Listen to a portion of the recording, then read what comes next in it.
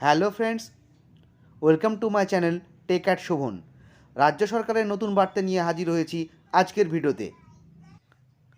রাজ্য সরকারের সমস্ত অনুষ্ঠান কর্মসূচি শুরুতেই গাইতে হবে রাজ্য সঙ্গীত। নির্দেশিকা দিয়ে জানিয়ে দিলেন রাজ্যের মুখ্য সচিব হরিকৃষ্ণ দ্বিবেদী। এর পাশাপাশি প্রতি বছর পয়লা বৈশাখ শ্রদ্ধা এবং মর্যাদার সঙ্গে রাজ্য দিবস পালনের কথাও বলেছেন।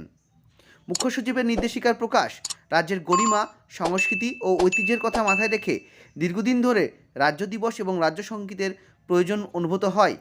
পয়লা বৈশাখে রাজ্য দিবস ঘোষণা করা হয়েছে, যাকে বলা হবে বাংলা দিবস।